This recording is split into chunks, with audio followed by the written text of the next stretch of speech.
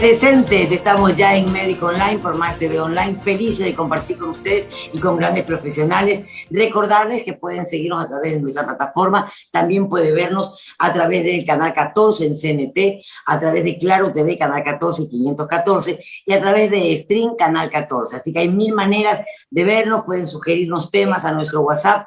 La intención es compartir con ustedes y aprender, como lo hacemos siempre, con nuestros doctores invitados. Hoy nos acompaña el doctor Luis Alberto Gómez, él es cardiólogo, electrofisiólogo, ha estado en Favaloro, fue donde se especializó, y también en otros lugarcitos más que me estuvo contando, y vamos a hablar acerca de los cuidados del corazón.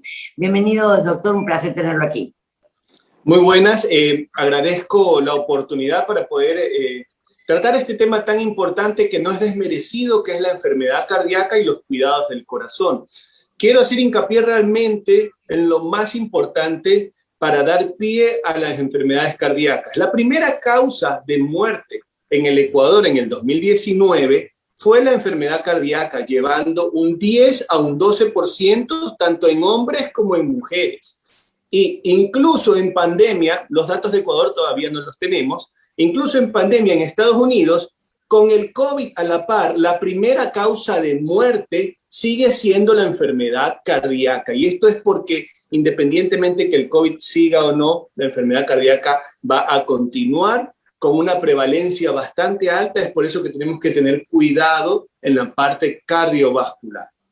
¿Cuáles son las enfermedades cardíacas más comunes?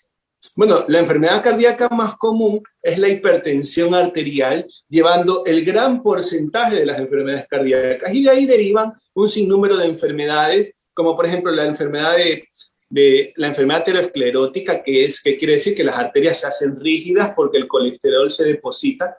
El colesterol es bueno en la sangre hasta cierto nivel. Una vez que pasa y sobrepasa ese nivel, la hace la arteria rígida. Es por eso que forma la aterosclerosis. De ahí tenemos lo que es infartos como consecuencias de la enfermedad cardíaca, y también tenemos las arritmias, que son potencialmente mortales, algunas benignas, otras malignas. En general ese es el bagaje, y tienes las enfermedades cardiovasculares congénitas, en un porcentaje un poco más pequeño, que se detectan a temprana edad. Pero la hipertensión arterial es congénita. ¿Perdón? ¿La arritmia no es congénita? Algunas sí, otras no. Otras aparecen debido a la degeneración del sistema eléctrico del corazón. Acuérdate que el corazón bombea por lo menos 60 veces por minuto, 1200 veces al día late, ¿sí? Perdón, 120.000 veces al día late, y al mismo tiempo bombea sangre, no para nunca. Existen enfermedades degenerativas, así como la piel envejece el sistema de conducción, y las arritmias se suelen presentar a una década un poquito más mayor de la vida, pero existen arritmias que sí son congénitas, existen arritmias que se adquieren.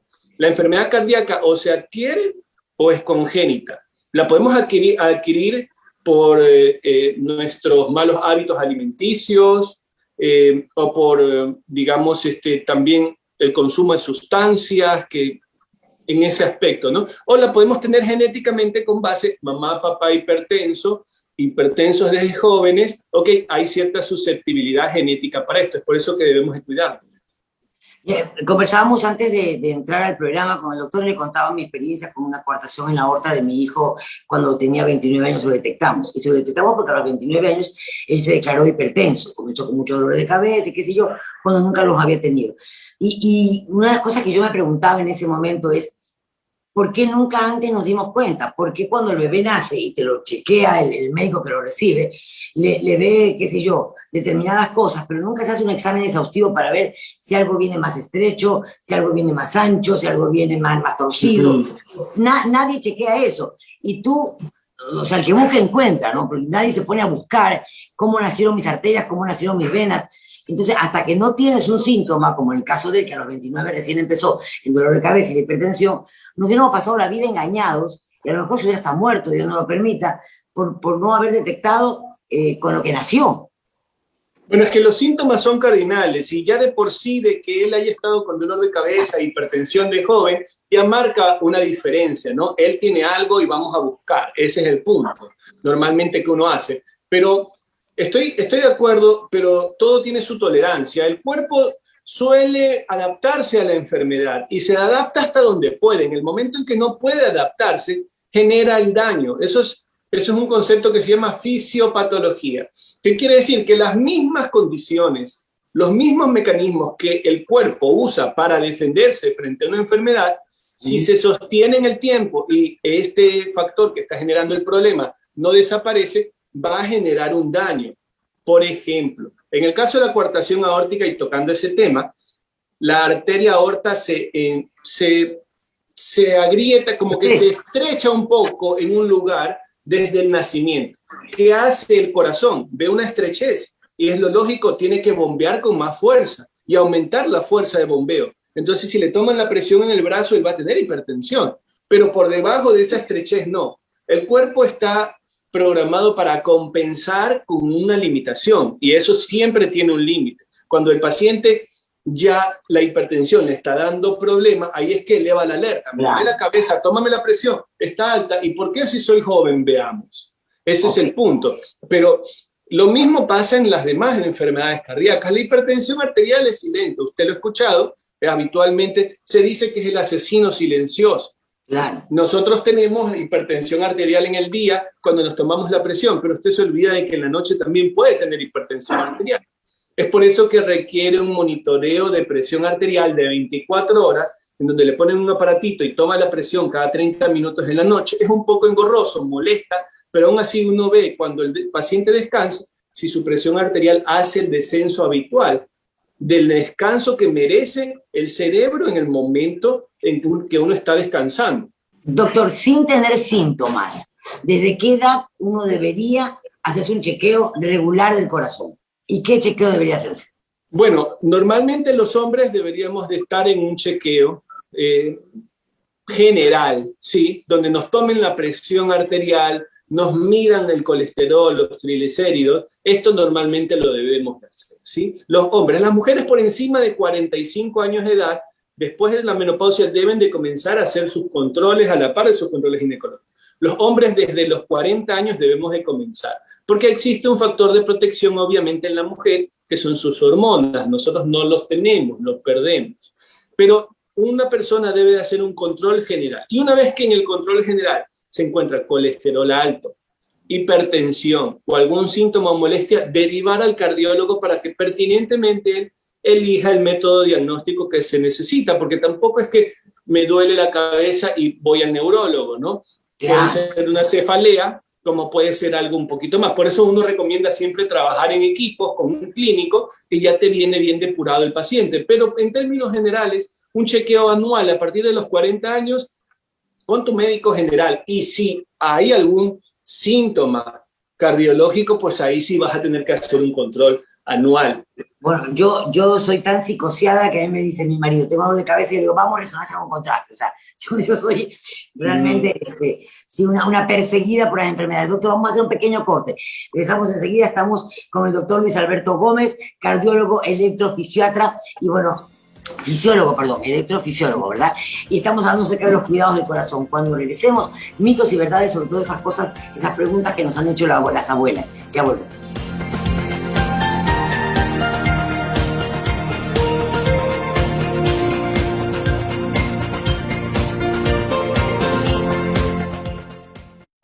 Cuando hablamos de perfiles, hablamos de la responsabilidad, capacidades y competencias, de la experiencia de vida de aquellos personajes que tanto nos interesa conocer.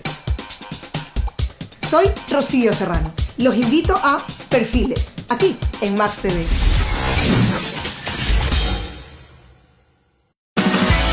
Descubre nuestra app. Ahora Max TV directamente en tu móvil. Descarga tu aplicación de Max TV Online y disfruta de su programación. Descarga app Max TV Online.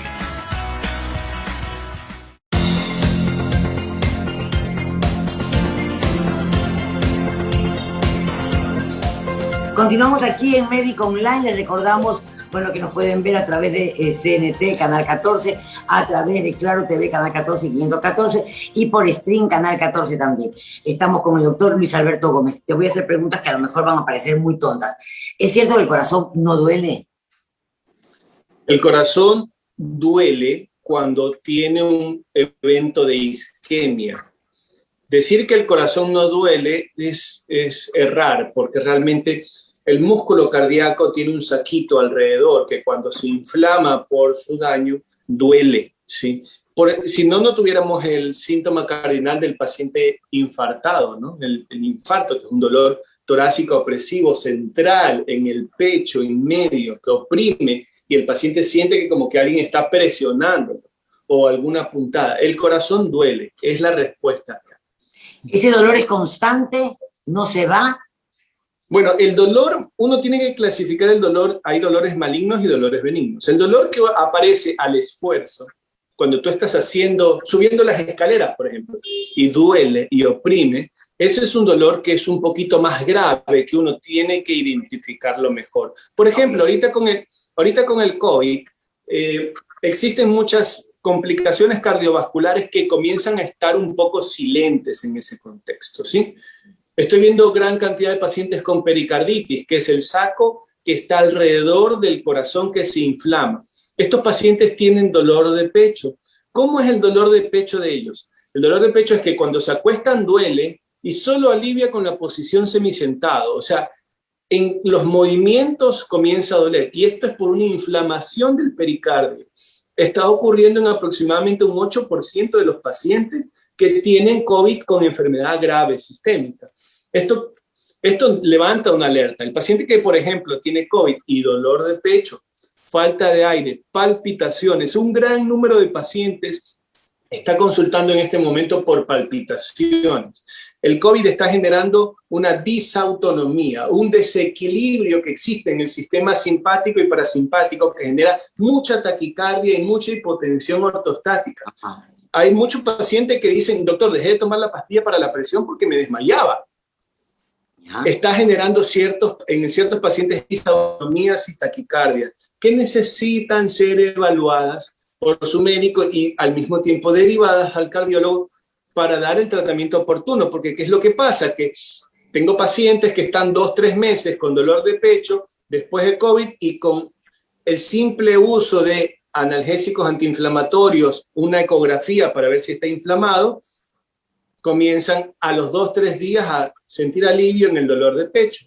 Lo mismo las palpitaciones, generan taquicardias e hipotensión ortostática. Lo más fácil en ese paciente que se está desmayando a cada rato, porque la presión se le baja post-COVID, es aumentar la ingesta de líquidos entre 2 a 3 litros de agua por día para poder hidratarse un poco más y no sentir el desmayo. Esto es la parte de la indicación médica, porque o sea, no es que habrá paciente al que le hace daño esa cantidad de líquido, ¿no? Por eso es indicado. ¿Un anticoagulado debe vacunarse? Un paciente anticoagulado debe vacunarse. Realmente todo paciente cardiológico debe de vacunarse, porque el paciente que más difícil responde frente al COVID, al que más le cuesta responder es el paciente cardíaco, el paciente diabético, el paciente pulmonar, el paciente vascular periférico y el paciente con cirugía cardíaca. Esos pacientes fundamentalmente deben de vacunarse porque la mortalidad en ellos es más alta. La capacidad de responder al COVID es peor. Nosotros anticoagulamos a los pacientes cuando queremos dar una medicina para diluir la sangre y no generar trombos, ¿sí? Los anticoagulantes, hay anticoagulantes antiguos como la warfarina y hay anticoagulantes directos que uno da la pastilla cada 12 horas. Normalmente el paciente anticoagulado tiene un grado de dilución en la sangre. Inyectar a un paciente anticoagulado o que se corte un paciente anticoagulado genera un poco más de molestia o un sangrado o un hematoma o un sangrado si es un corte. En ese paciente en particular es nada más levantar el teléfono, charlar con su cardiólogo y decir, ok, estoy recibiendo este anticoagulante. ¿Cuándo fue el último control? Fue hace un mes. Ok, ¿sabe qué? Suspenda la medicina, se da la indicación. Pero el paciente no está contraindicado para vacunarse. Es más, alguna vez algún médico me dijo, los anticoagulados tienen de alguna manera ante el COVID determinada ventaja, porque ya están anticoagulados. Existió esa explicación médica, sí, existió. En el principio, los primeros pacientes que vimos que combatían más rápido el COVID eran los que tenían anticoagulación, pero eso no quiere decir de que uno va a anticoagular el paciente para que no le dé COVID o le dé menos, ¿no? Aquí la confusión habitual que existe es antiagregante y anticoagulante. El paciente toma, por ejemplo, y discúlpame que diga, aspirina, porque todos lo conocen así, el ácido salicílico o clopidogrel. Un paciente que recibe eso por su infarto cardíaco no tiene que suspender, reciba su vacuna normalmente, no tiene ningún problema. El paciente que está anticoagulado, que sí llama a su médico y le diga, un día antes, doc, me voy a vacunar mañana, estoy tomando este anticoagulante. Dependiendo la dosis, uno le dirá, ¿sabe qué? No tome la del día de la vacuna, la toma ya la noche, ya listo, doctor. O algún otro te llamará con una dosis un poquito más baja que tú le dices, ¿sabe qué? Comprima 10 minutos. Para chequear el rango de coagulación, claro, correcto. Claro. ¿Existe el preinfarto, doctor? ¿O no? Bueno, ¿Es infarto o no? Es infarto la movilización enzimática como tal. O sea, el músculo cardíaco cuando se inflama moviliza ciertas sustancias que uno las detecta en la sangre. Ahí uno dice que es infarto. Pero existe toda una situación clínica que es como un preinfarto, donde el paciente le duele el pecho y está evolucionando a infartarse. Y no llegó a tener infarto. Y no llegó a tener infarto porque no movilizó bioquímicamente los elementos que nosotros hacemos para la definición, que mueva enzimas cardíacas. Pero el paciente puede estar infartándose y no necesariamente llegar al infarto. Eso se llama isquemia cardíaca. Lo que pasa es que nosotros, cuando trabajamos con mucha jerga, es difícil incluir al paciente, no se está infartando, no, está teniendo isquemia. Es un poco más difícil poderlo transmitir así. Por eso dice, ¿se infarta o se preinfarta? Pero antes del infarto está la isquemia. Entonces, ese es el término que realmente tendríamos que incluir. Está teniendo isquemia. Correcto. Ingerir ginseng y ese tipo de cosas, ¿puede darnos algún tipo de arritmia o de palpitación o de aceleramiento? Bueno, una combinación realmente bastante tóxica y mala para un paciente cardíaco es ingerir energizantes. ¿Sí? Energizante era la palabra que se encontraba. Sí, y no solo energizantes, sino energizantes con alcohol. Ok. No es una buena combinación. Y no es como para dar, digamos, pie a que el uso de... Pero en pacientes cardíacos se ha encontrado de que los pacientes que ingieren alcohol a la par de energizantes generan una toxicidad cardíaca que se llama Happy Holiday Syndrome, que es el síndrome del corazón feliz. Es una enfermedad en donde el corazón se irrita debido a la toxicidad que genera el alcohol. Y eso puede durar días y generar arritmias potencialmente mortales. ¿Sí? Una de ellas es la fibrilación auricular, que es justamente la mayor causa de internación en los pacientes que beben alcohol y tienen toxicidad cardíaca. La fibrilación auricular se instaura en la medida en que el corazón va eliminando el alcohol. Y así, bueno, claro, pues no es una buena combinación, es una combinación pésima. No sé si entendí bien, pero en un momento determinado usted habló de una arritmia buena y una arritmia mala, de alguna manera. Claro, ¿cuándo es una arritmia buena? Bueno, benigna dije. La benigna, palabra es benigna, sí, ajá. O sea, benigna, ninguna arritmia es buena realmente. O sea, si somos categóricos, queremos que nuestro corazón no tenga arritmia. Pero existen arritmias potencialmente malignas que pueden generar un problema como una muerte súbita. Pongamos un ejemplo. Un paciente que tuvo un infarto tiene unas extrasístoles ventriculares y el paciente está haciendo actividad física. Si nosotros decimos que tiene arritmia, no lo vamos a mandar a hacer actividad física. Debemos de definir cuál es el riesgo de muerte súbita de ese paciente durante el esfuerzo. Pero al mismo tiempo, podemos tener un paciente con un corazón estructuralmente sano, con extrasístoles en el holter, y que podemos decir, bueno, la capacidad que tiene de ejercicio hace que borre las arritmias, por lo que la indicación es que vaya a hacer deporte. Es mejor no tener arritmias, pero sí existe una benignidad hasta cierto punto. Y las arritmias cardíacas obviamente también pueden curarse con un procedimiento que se llama ablación, a través de un cateterismo, así como lo del stent, con un catéter se encuentran las células que están lanzando ese estímulo y uno lo que hace es quemarla a 60 grados y con calor, y en el momento de que uno las quema desaparece la arritmia, por ejemplo. ¿Y por dónde ingresan?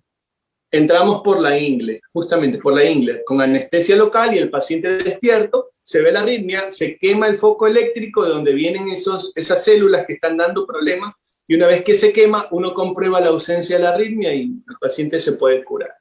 ¿Y de forma inmediata? Claro, en el momento en que uno está haciendo el procedimiento, uno ya ve que se borra la arritmia y no está más. Impresionante, casi una cuestión mecánica. Doctora, apasionante hablar con usted, ¿ah? Es impresionante. Hablo con amigas y me dicen, Anita, pero tú pareces doctora. Le digo, no, yo no soy doctora, los doctores me enseñan. Estas charlas de verdad que nos informan, aprendemos un montón. Así que bueno, esta es la primera vez, pero no será la última en que nos molestemos para despejar inquietudes. ¿Cómo lo ubicamos, doctor? ¿Dónde está usted? ¿Con su teléfono, su correo? Bueno, en mi dirección, bueno, yo estoy trabajando en la clínica Kennedy de San Borondón, en la Torre Alfa, consultorio 501. Pueden buscarme en internet, en Facebook, a través de Facebook, Dr. Luis Alberto Gómez Macías, me pueden encontrar. Yo tengo muchos consejos para la comunidad, cómo cuidarse hipertensión, cómo cuidar su presión en casa, cómo controlarse la presión, cómo controlar la insuficiencia cardíaca. Alrededor del COVID hicimos una serie de videos para la comunidad, así que los pueden ver tranquilamente en mi página web y en Instagram también, Dr. Luis Alberto Gómez, ahí también pueden encontrar. Perfecto, muchísimas gracias. Y con ustedes hasta una próxima oportunidad en Médico Online. Espero que realmente hayan aprendido tanto como yo y hayan aprovechado al máximo la presencia del doctor Luis Alberto Gómez hoy en Médico Online. Muchas gracias, doctor. Muchas gracias, Anita. Cuídese.